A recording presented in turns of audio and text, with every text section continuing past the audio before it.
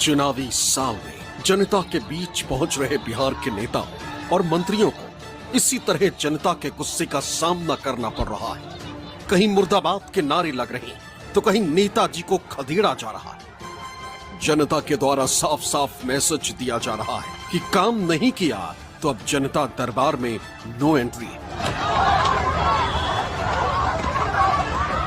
बिहार के अलग अलग जिलों से इस तरह की तस्वीरें अब खूब सामने आ रही। जनता के बीच पहुंच रहे नेताओं को भी अंदाजा नहीं रहा होगा कि उनके साथ जनता अब इस तरह का सलूक करे। कार्य समापन हो गया, कार्य समापन नहीं लिखा। सीना तान कर जनसभाओं में जाने वाले नेताओं को अब जनता के बीच जाने पर दौड़ाया जा रहा है और उतरा चेहरा लेकर नेताजी दबे पांव वापस लौट रहे हैं,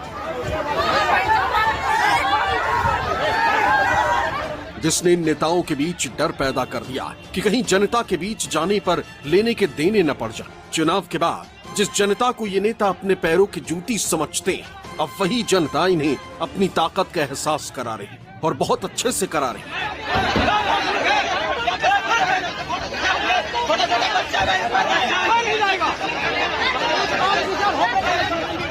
बिहार के अलग अलग हिस्सों से आई ये 4 तस्वीरें बताने के लिए काफी है कि इन नेताओं से बिहार की जनता कितनी नाराज है और नेताओं से ये नाराजगी गुस्से की शक्ल में बाहर निकल रही।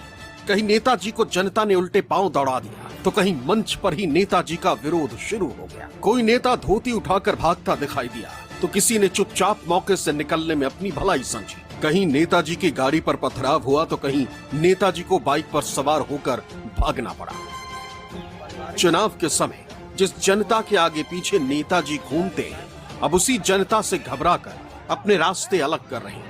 इसकी वजह यह है कि नेताजी और मंत्री पिटते पिटते बच रहे हैं। लिहाजा जनता की सेवा करने का दम भरने वाले इन नेताओं को अपनी सुरक्षा की चिंता भी सताने लगी। लेकिन बिहार में ऐसा हो क्यों रहा है?